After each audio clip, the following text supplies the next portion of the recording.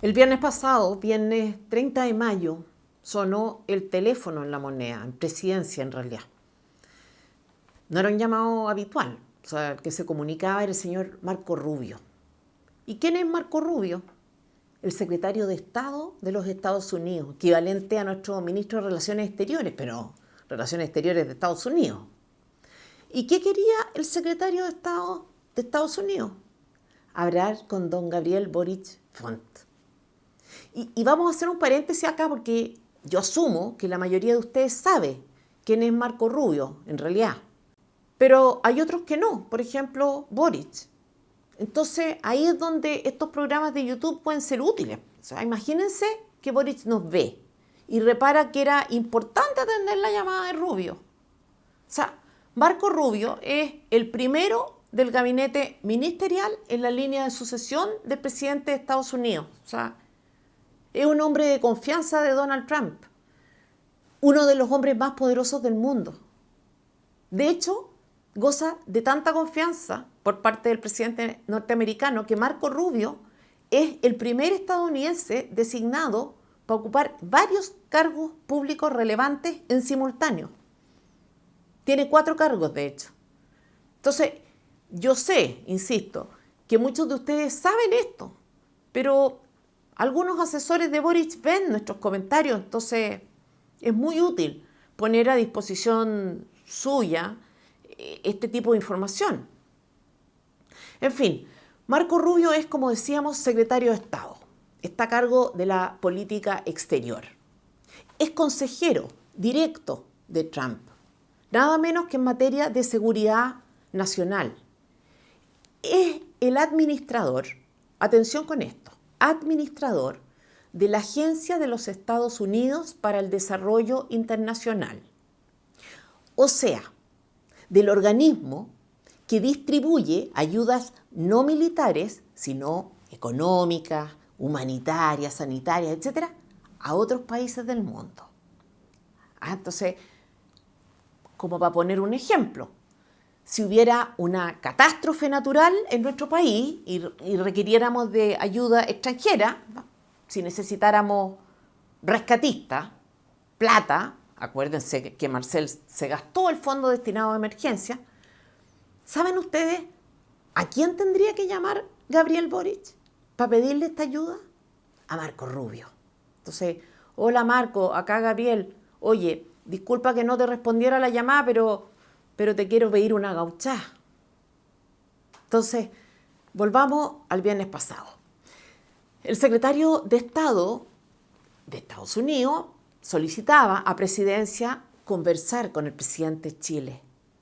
¿Y saben cuál fue la respuesta que obtuvo?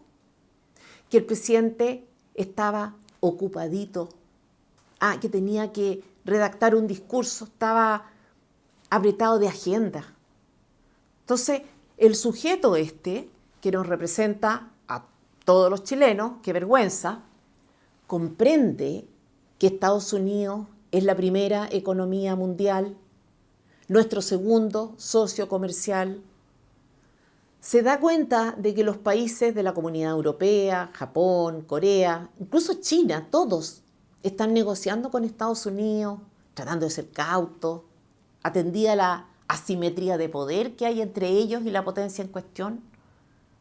Y menciono intencionalmente a China porque China, que es la segunda economía mundial, tiene una buena posición negociadora en la llamada guerra arancelaria con Estados Unidos. Tiene capacidad de daño. Amenaza, de hecho, la posición de Estados Unidos. Y aún así ha sido prudente. Está consciente del daño que puede sufrir, del daño que Estados Unidos puede causarle. De hecho, la industria manufacturera china acaba de tener una caída importante, porque resulta que una parte demasiado relevante de las exportaciones chinas van a Estados Unidos. Entonces no es tan simple recolocar, no es tan sencillo ni de corto plazo. Entonces, si China es vulnerable, ¿qué queda para Chile? Cerca del 15% de nuestras exportaciones van a Estados Unidos. Cobre, salmón, uva, frutas en general, madera, hortalizas, neumáticos. Entonces, nuestro redactor de discurso, el niño poeta parece que no comprende, que no entiende, que no se da cuenta ni dimensiona lo que significa rehusar un llamado de Trump, porque en el fondo es un llamado de Trump. Porque estamos en medio de un campo de batalla, de una guerra que no es nuestra, pero que nos afecta.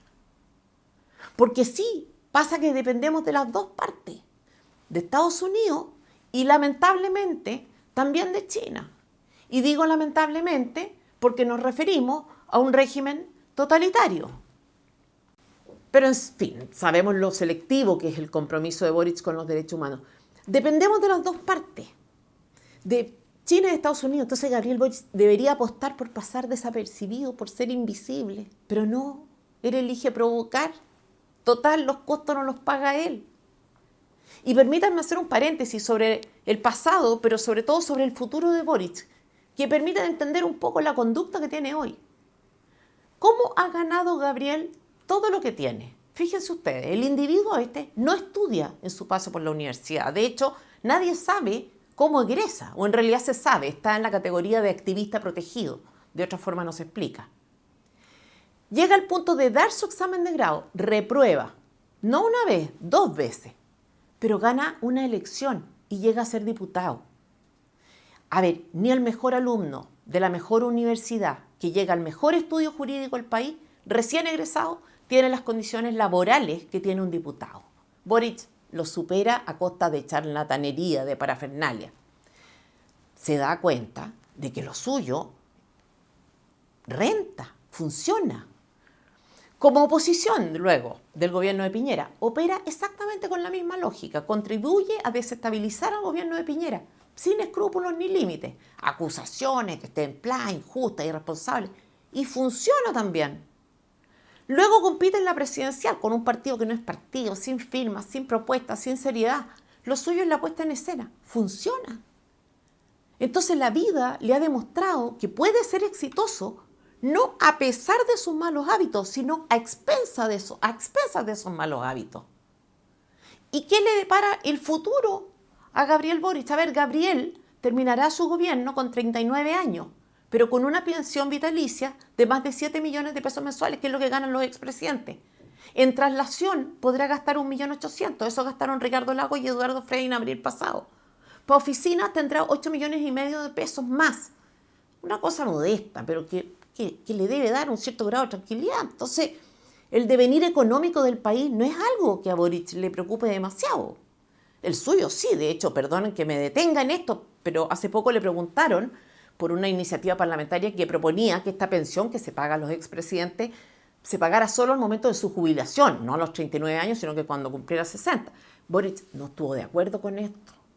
¿Y saben lo que dijo? Creo que los expresidentes, contestó, en general son instituciones que vale la pena cuidar y a mí me parece razonable que los expresidentes tengan un resguardo. O sea, los expresidentes, en breve él, no son personas, son instituciones que hay que cuidar.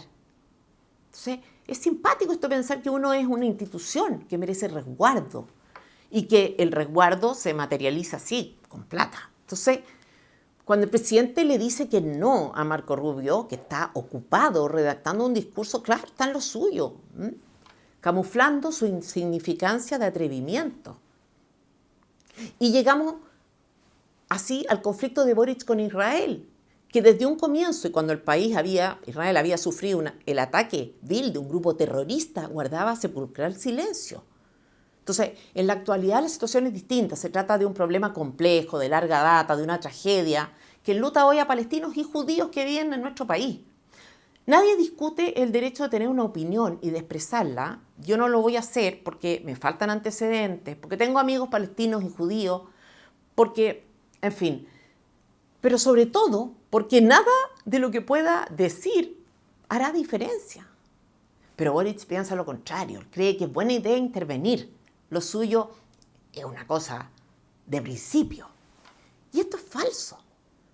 Porque si tomar posición es cosa de principio, entonces uno no lo hace de manera selectiva. Entonces no se elige guardar silencio cuando un grupo terrorista ataca a Israel, ni se relativiza. No se elige omitir comentarios a las graves violaciones a los derechos humanos y censura que día a día se producen en China y en los países comunistas. Entonces, los principios son, por definición, universales. Así que la motivación de los principios queda completamente descartada en el caso de Boric. Boric tiene una posición, se supone, tomada en relación al conflicto palestino-israelí. Ok, la quiere expresar. Ok, yo no estoy de acuerdo, por la misma razón por la que creo que no debe entrar en la guerra arancelaria, porque no es bueno arrastrar al país, al que uno representa, a una guerra que no es propia. Pero por favor, esto de elogiar a Boric por su coherencia, por sus principios. ¿Qué clase de principios? ¿Principios selectivos? ¿Qué es eso? ¿Principios que materializan declaraciones? ¿Principios que le reportan aplausos de la barra brava y cuyo costo endosa a la cuenta de los chilenos? Porque esto de que Boric enfrenta una especie de disyuntiva moral, elegir entre la vida de personas, de los palestinos y la economía de nuestro país, es una falacia. Esa disyuntiva existe solo en su imaginación. O sea, la verdad es que lo que Boric diga, lo que Boric haga, a nadie le importa. O sea, Boric puede expulsar al embajador, puede declararle la guerra a Israel y la única consecuencia predecible y probable de su conducta es que Chile sufrirá represalia económica. Entonces, cuando la probabilidad que hay de salvar vidas es nula, arriesgar sanciones pasa a ser un acto de frivolidad, no de responsabilidad y menos de principio. Entonces, yo no sé, la verdad, cómo se autopercibe Gabriel Boric a sí mismo, su importancia, su posición relativa en el escenario mundial respecto a Israel, por ejemplo. Entonces, de repente me lo imagino en La Moneda como jugando con figuritas. Aquí viene Boric, voy a echar a tu embajador. ¡Alto al fuego, alto al fuego! El presidente de Chile amenaza con romper relaciones diplomáticas. Entonces, así me imagino Boric representándose su papel en el conflicto palestino-israelí. Y es que, claro, ese es el problema de tener historia. La charlatanería le ha funcionado al presidente de la República. Para ser dirigente estudiantil, para egresar de una carrera, para ser diputado, para ser presidente de nuestro país. Entonces, los electores ahora tienen que hacerse corresponsables de la distorsión en que vive este individuo.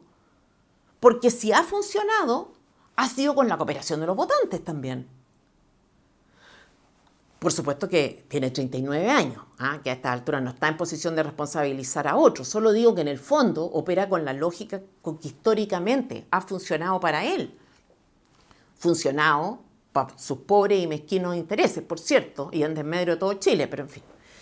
Entonces estas cosas de no responder el teléfono a Marco Rubio, de no recibir al embajador de Israel cuando presentó sus credenciales, de estar actuando como dirigente estudiantil para Chile y el mundo, mientras no tiene control ni sobre lo que le es más próximo.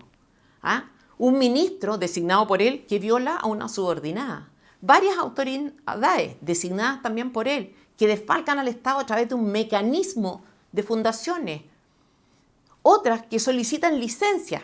Autoridades suyas también nombradas por él y con altos cargos que solicitan licencias fraudulentamente para tener vacaciones adicionales con goce de sueldo. Entonces, un gobierno con cifras récord en materia de homicidio, en ingreso ilegal de personas, con una cifra de desempleo peor que la que había antes de pandemia, con cero creación de empleo formal, según información de la Superintendencia de Pensiones. Entonces, este señor habla desde la superioridad moral a otro.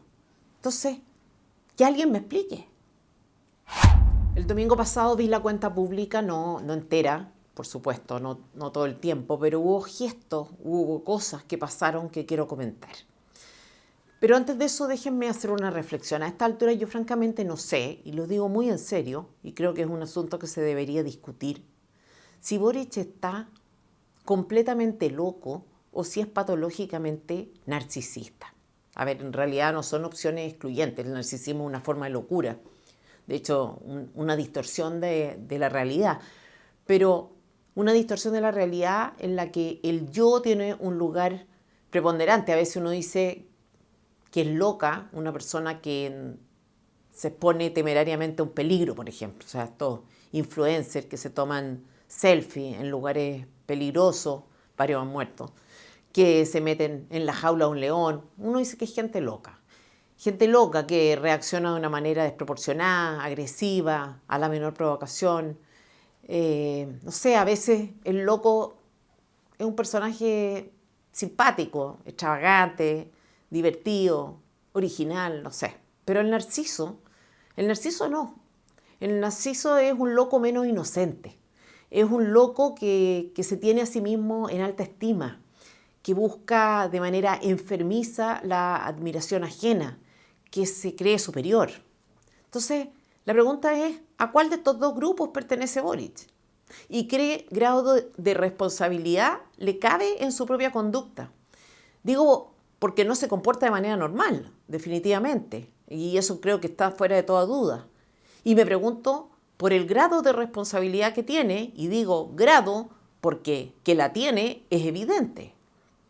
Tampoco sé, y me lo preguntaba cuando oía la cuenta, si cuando miente Boric lo hace de manera deliberada o si llegó a ese punto en que el mentiroso pierde la capacidad de distinguir. Porque, ¿por qué esto pasa? Y acá quiero hacer dos aclaraciones antes de seguir. La primera es que el juicio moral o psicológico sobre Gabriel Boric es relevante para mí por razones políticas. Yo no estoy acá para definir a las personas, para distinguir entre buenos y malos, para juzgar intenciones, salvo obviamente en tanto y en cuanto esas consideraciones morales o psicológicas sean útiles y relevantes para el juicio político. Y la segunda aclaración es que una persona que llega a dirigir el destino de un país, que es señalada por una coalición como la persona indicada para esos efectos, es por ese solo hecho responsable de todos y cada uno de sus actos. Entonces, da igual un poco cuáles sean sus características personales. Si estuvo dispuesto a asumir la responsabilidad que asumió, debe rendir cuentas de esa y todas sus decisiones posteriores. Y ese es el caso. Entonces, lo digo esto solo para que nadie crea que cuando digo loco, digo inimputable. Entonces, en fin. Hay una consideración adicional que es relevante. Cuando el loco tiene una conducta que se ajusta siempre a un mismo parámetro, tiene un hilo conductor, en este caso el afán de poder, cuando su discurso y su conducta sigue un patrón, entonces quiere decir que tiene conciencia y sobre todo control sobre lo que hace y deja de hacer. Y eso se notó muchas veces en detalles, en cosas finas y gruesas que hizo y dijo Boric el domingo y que ya vamos a comentar. Por eso es que yo pienso que Boric debería, una vez terminado su mandato, ser sometido a algún tipo de instancia revisora de lo que hizo. Porque ya que no hubo voluntad política para enfrentarlo mientras gobernó, como debería, porque ha habido razones suficientes para una acusación constitucional, lo que no puede ocurrir es que sus actos queden impunes. En fin, vamos al episodio de esta semana que abre, a mi juicio, serias dudas sobre la salud moral del presidente Boric y su responsabilidad política. Pero revisemos primero los días previos a la cuenta pública. ¿Por qué? Porque lo ocurrido antes agrava la responsabilidad que le cabe en lo que pasó el día de la cuenta. El discurso que leyó el domingo fue un discurso en el que Boric trabajó personalmente y con anticipación. Tanto así que esa fue la excusa que usó para no atender la llamada de Marco Rubio, como decíamos. Pero la verdad es que es bien probable que haya estado realmente en eso. O sea, sabemos que a Boric le gusta hablar, sabemos que Boric habla bien y sabemos que Boric hace siempre lo que quiere. Un día puede ser redactar un discurso, otro reunirse con su banda de rock favorita. Entonces, en fin, el domingo quedó de manifiesto que había trabajado en ese discurso porque lo leyó correctamente, lo leyó como quien lee un texto propio. Esto no significa que lo haya escrito él de principio a fin, pero sí que conocía el documento y era largo. Boric sabía, además, que todo lo que dijera iba a ser revisado por la prensa, por la oposición, por los candidatos. Sus asesores también estaban conscientes de esto, así que los temas, los anuncios, las palabras que usó, los datos que dio, las cifras, no fueron improvisadas. Recordar esto, por favor. Entonces, acá es especialmente relevante la persona de Mario Marcel. La economía, sabemos, no es el fuerte de Gabriel Boric. ¿Para qué decir los números? Entonces, es obvio, por tanto, que nada de eso salió de su imaginación o de su cabeza. Todos fueron objeto de una planificación. Y ustedes pueden estar pensando, que exagero al insistir tanto en este punto, ¿no es cierto? Ya sigue adelante, ya entendimos que preparó el discurso, pero ya van a ver que tenía sentido recalcar el punto. El anuncio del cierre de Punta Peuco, por ejemplo, ¿qué pretendía? Forzar errores en la derecha. Gabriel, te cuento. En la última Cosa Nostra de Mayol, el gobierno de Salvador Allende recibió nota 2,9 por parte de los chilenos. El tuyo, 3,1. El de Pinochet, 3,5. Te gana, Gabriel. El general te gana. Entonces, cuidado, que puede ser un arma de doble filo. Pero en fin, no hubo improvisaciones acá, todo fue calculado. Entonces, cada vez que mintió, no fue porque se equivocó, fue porque lo eligió, fue porque tenía un sentido hacerlo. Y quiero empezar con las mentiras que se refieren al 2019. Miren, por favor, esta frase. Es solo una frase. Que la gran mayoría de quienes participaron en las manifestaciones lo hizo de forma pacífica. La gran mayoría de quienes participaron de las manifestaciones lo hizo de forma pacífica. Me estaba en 544 ataques a cuarteles en 5 meses, 4.817 agresiones a carabineros en 5 meses, 5.084 formalizaciones en 5 meses asociadas a protestas, 4.004 saqueos, todo eso en 5 meses. ¿Alguna persona puede decir, puede pensar que esas cosas pasan en contexto de manifestaciones pacíficas? O sea, alguien en su sano juicio puede calificar cifras como esta: 4.817 agresiones a carabineros, 5.084 formalizaciones, 4.004 saqueos, como incidentes aislados. Porque si la mayoría fue pacífica, entonces los hechos violentos fueron eso, incidentes aislados. ¿De qué mayoría pacífica está hablando este señor? Este es mentiroso patológico. ¿Qué clase de historia quiere contarnos, por favor? Si esto es cosa de ver cómo quedó Plaza Baquedano, cómo quedó el centro de Santiago, cómo estaba el comercio completamente tapiado con planchas metálicas. Es cosa de ver cuántos supermercados y farmacias cerraron, algunas de manera definitiva. ¿Cuánto tiempo dejaron de funcionar varias estaciones de metro? O sea, no hay que leer gráficos del Banco Central para hacer un diagnóstico. Bastaba con darse una vuelta por el centro para dimensionar las calles, el pavimento picado, los basureros convertidos en depósitos de piedra que los manifestantes lanzaban a carabineros. Entonces, ¿qué valor tiene que Boric condene los ataques contra carabineros si después habla de una mayoría pacífica en este contexto? Pero sigue. Revisen, oigan, atención con el video que viene a continuación. El estallido social del 2019 fue la expresión de un legítimo malestar acumulado en el marco de un proceso de modernización acelerado de nuestra sociedad. Hubo episodios de violencia inaceptables que no pueden ser justificados, como la quema del metro, la destrucción de patrimonio público y privado y la agresión a carabineros. Y como respuesta por parte del Estado se cometieron graves e inexcusables violaciones a los derechos humanos, incluso con resultado de muerte y lesiones gravísimas, muchas de las cuales aún esperan justicia. Dice que el Estado respondió con violaciones a los derechos humanos. ¿Qué está insinuando? Que hubo una política al respecto. Uno no habla del Estado, no atribuye actos al Estado cuando se trata de hechos aislados de tales o cuales funcionarios. Cuando uno dice el Estado, habla de política pública, de una política sistemática. Eso, que hubo violaciones a los derechos humanos, es completa y absolutamente falso. El INDH, el Instituto Nacional de Derechos Humanos, lo supimos después, había recibido presiones del Partido Comunista para declarar la tortura y desaparición de personas. Por suerte el INDH no se dio, pero eso querían, inventar desaparecidos. Entonces, esto es bien impresionante porque supone un desprecio absoluto por los derechos humanos, o sea, supone estar dispuesto a trivializar, a jugar con esto. En fin, el INDH no se atrevió a tanto, pero presentó 3.000 querellas contra carabineros. Yo me imagino perfecto al Partido Comunista, al Frente Amplio, incentivando a la gente a denunciar. Había que crear un ambiente. De esas 3.000 denuncias, solo 250 avanzaron a juicio. O sea, los demás no insistieron o no hubo suficientes antecedentes. Se ahorraron ellos mismos. ¿Se dan cuenta de la seriedad de las denuncias? O sea, ni siquiera el 10% prosperó. 90 están en proceso, en 75 hay condenas, 40 fueron absueltos, 45 sobreseídos. O sea, 3.000 denuncias y 75 condenas. De las 75 condenas, la mayoría son por delitos que no tienen pena de cárcel efectiva. O sea, esas no son violaciones a los derechos humanos, como se pueden imaginar ustedes. Entonces, asumamos que los 90 procesos que están en curso terminan en condena. Entonces habría 165 condenas. Eso es el contexto de la violencia que describimos al comienzo. O sea, 4.000 carabineros heridos, 4.000 saqueos, 165 condenas para los agentes del Estado.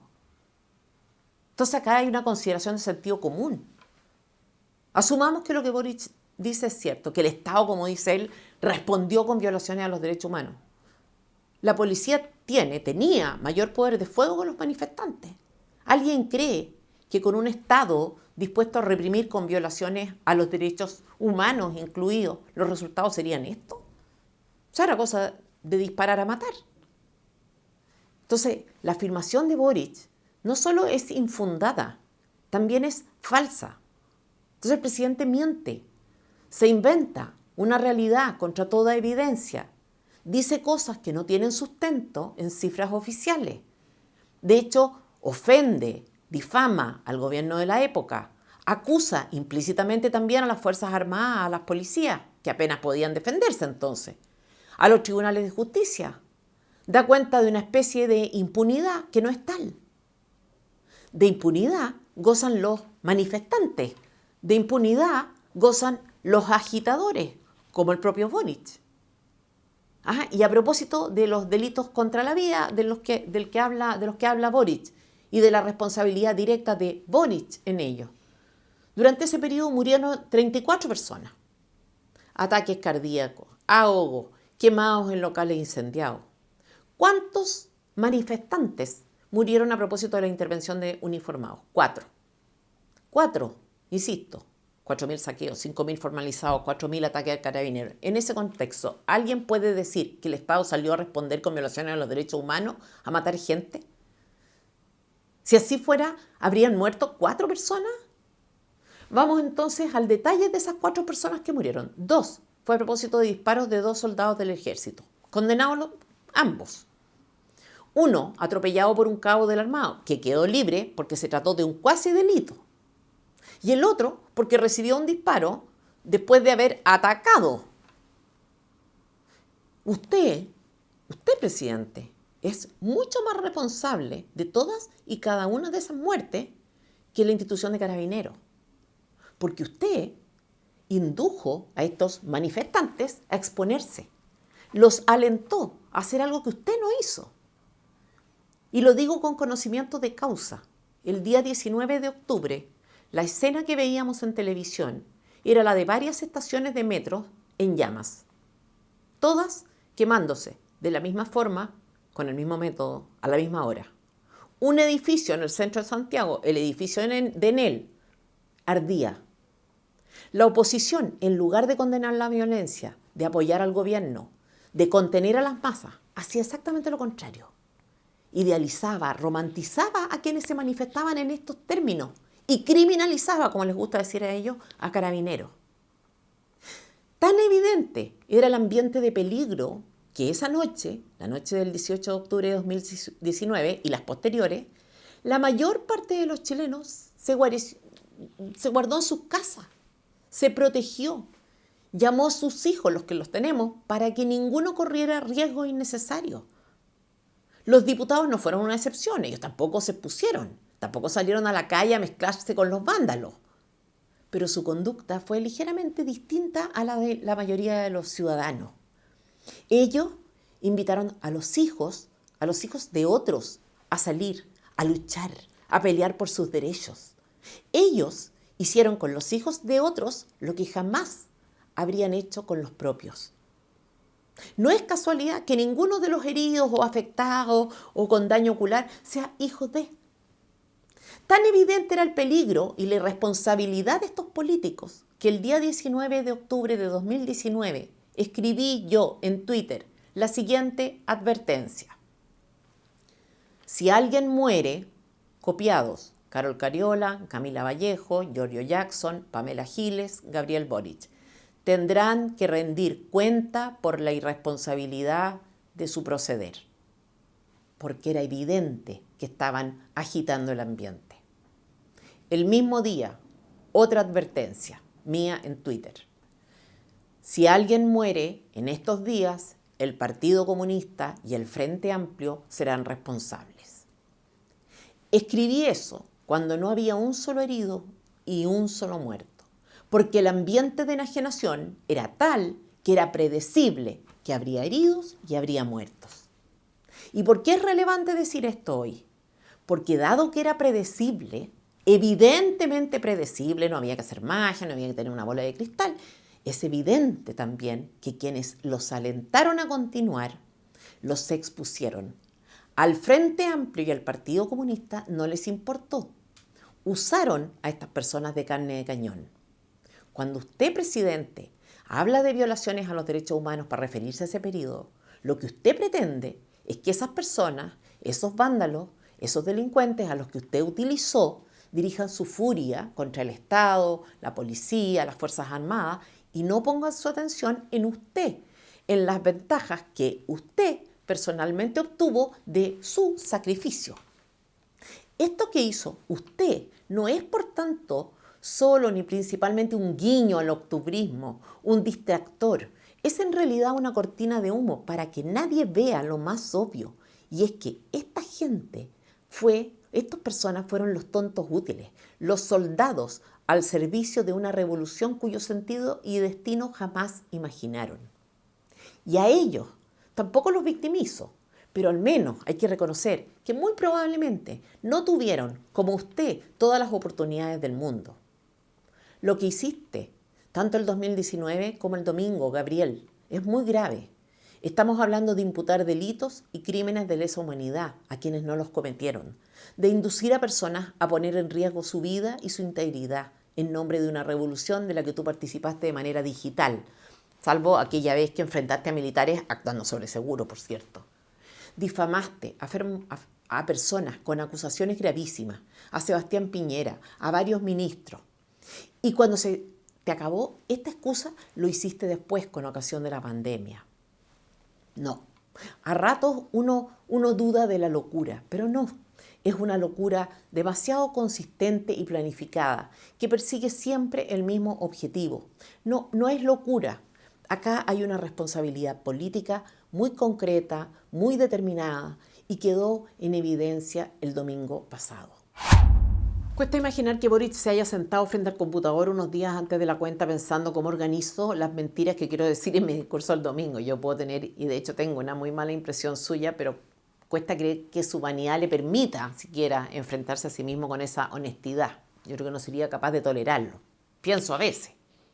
Dicho eso, o sea, asumiendo que Boric se cree muchos de sus propios cuentos, que también sabe que miente porque no puede ignorarlo por completo, o sea, que convive en este terreno intermedio, hay algunas cosas que dijo que dan cuenta de un nivel de premeditación por parte suya, que de nuevo justifican cuando menos una interpelación. Yo sé que esta herramienta no existe formalmente, pero tampoco creo que sea imposible extenderle al presidente una invitación desde el Congreso a ahondar en aquellas cosas que dijo en su discurso. Y voy a retomar esto más adelante, pero quiero decir un poco que no puede ser que este señor, en un acto republicano, como es la cuenta pública, orientado a rendir cuenta, o sea, que tiene un sentido, que tiene un objetivo, diga cosas que no son. Como un presidente no puede ir al Congreso Nacional a falsear cifras y salir como si nada. O a lo sumo recibir críticas afuera políticas de parte de la oposición a propósito de sus propuestas, porque por último, en proponer no hay engaño, pero en desinformar sí. Y acá quiero mostrar el nivel de finura con que mintió, el cuidado con que lo hizo. Fíjense bien en lo que dice acá, sobre todo en la fecha. Vean este video. El 2021 estábamos ante una tendencia que era preocupante. Un aumento sostenido de homicidios y delitos violentos como encerronas, portonazos y balaceras. Esto acompañado con un creciente control territorial de bandas de crimen organizado. Uno oye esto y ¿qué piensa? en 2021, dice, o sea, antes de que él llegara. Había un aumento sostenido de homicidios y otros delitos violentos. Por supuesto que confunde, incluye en los datos de homicidio otros delitos, cosa que es útil para falsear cifras, defenderse después, pero en fin. Se entiende que está hablando fundamentalmente de homicidio y que se está refiriendo al periodo anterior al suyo, por algo dice 2021, él asume en 2022. De hecho, unos segundos después agrega esto otro, vean este extracto del video. Hemos logrado romper la curva de la tasa de homicidios al alza que venía hace años en ascenso, con un trabajo serio y sostenido. ¿Qué dice? Que el problema es de otro y lo resolvimos nosotros. O sea, eso es lo que está diciendo en el fondo. ¿Saben ustedes cuánto aumentaron los homicidios? Aumentaron los homicidios entre 2021 y 2022, primer año de gobierno de Boric, 47%. Es que hay un problema con la medición de 2021, dicen algunos. Ok. No hagamos ninguna comparación entre 2021 y 2022. Tomemos la cifra en términos absolutos. Las tasas de los 3 años de gobierno que lleva Boric, 2022, 2023, 2024, son las 3 tasas más altas de la historia de Chile en materia de homicidio. Le repito, las 3 tasas más altas de la historia de Chile en materia de homicidio corresponden al gobierno de Gabriel Boric. Entonces, si él quisiera pasar un poco una cuchufleta, podría haber comparado el año 2022 con el 2023, con el 2024 y haber dicho que uno de sus años son mejores que otro, que hay una levísima mejoría y decir algo así como que la cosa está mejorando. Pero no es eso lo que él hace. Él le endosa la responsabilidad del problema al gobierno anterior y se atribuye el mérito de unos resultados que no son tales. Y endosar el problema es bien grave, cuando resulta que, como decía Francisco Cancino, director de estudio de FNM, en una columna de esta semana, el mejor año de Boric, repito, el mejor año de Boric es peor que el peor año de Piñera. Entonces es muy grave esto de endosarle el problema a otro. No es una mentira a tontas y a locas, es una selección de datos hecha con pinza, un falseo, es un uso de las palabras cuidadoso, es una mentira bien planificada. Entonces, y si revisamos lo que hace con el tema migratorio, es todavía más grotesco. Oigan bien lo que dice Boric. Es que durante nuestro gobierno ha habido un descenso de 48% en la migración irregular, que fue uno de los malos legados del gobierno anterior. Dice que el problema migratorio, esto ya no lo insinúa, lo dice abiertamente, es del gobierno anterior, que fue heredado. Y es cierto, no es nuevo. Y uno de los años de Piñera tiene el récord de ser el año con más ingresos ilegales de la historia. Pero eso es tan cierto como que ellos, como oposición, el actual gobierno, contribuyeron a agravarlo. O sea, llevaron la ley de migraciones al Tribunal Constitucional para oponerse a la devolución inmediata de migrantes.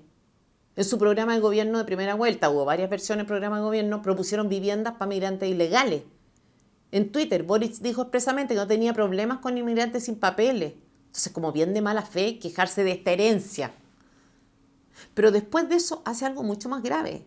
Además de responsabilizar a otro, lanza una cifra. Dice, durante nuestro gobierno ha habido un descenso del 48% en la inmigración irregular. O sea, había un problema causado por Piñera y que él redujo a la mitad. ¿Cualquiera entiende eso o no? Sí, es lo que se entiende de lo que dijo. Pero mire los datos. El suyo, el periodo de Boric, es el periodo con más ingresos ilegales de nuestra historia. ¿De dónde sale entonces ese 48%?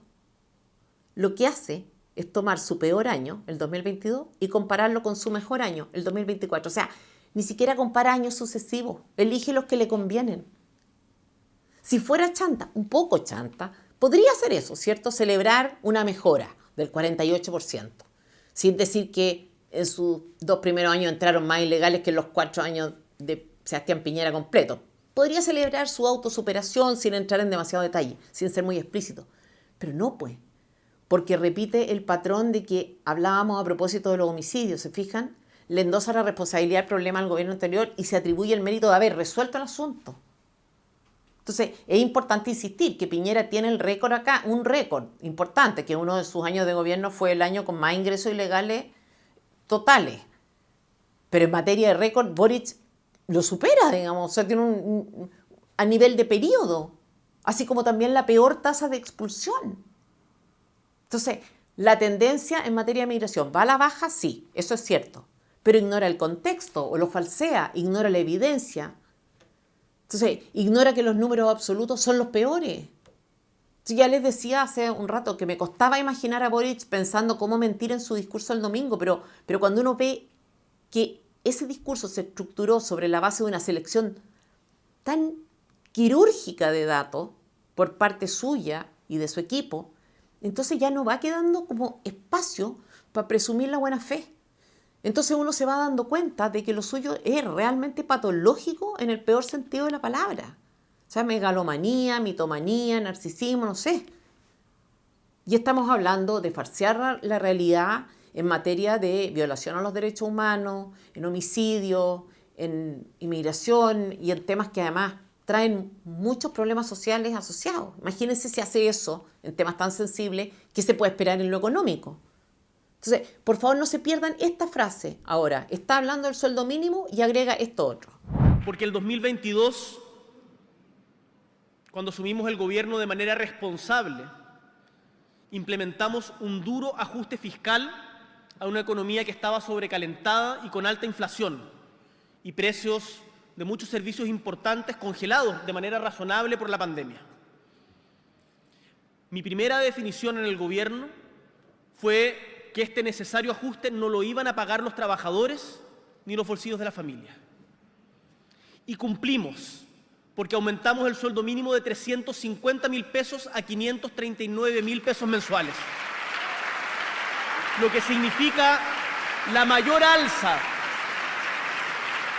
de las últimas décadas y nos posiciona como el país con el salario mínimo más alto de Sudamérica. Hemos hecho bajando a tasas históricas la informalidad laboral. El presidente de la República asegura que durante su gobierno se ha bajado a tasas históricas, me encanta la palabra histórica, la informalidad. Entonces ustedes comprenderán que esto significaría, si es cierto, primero que se han creado puestos de trabajo, obvio.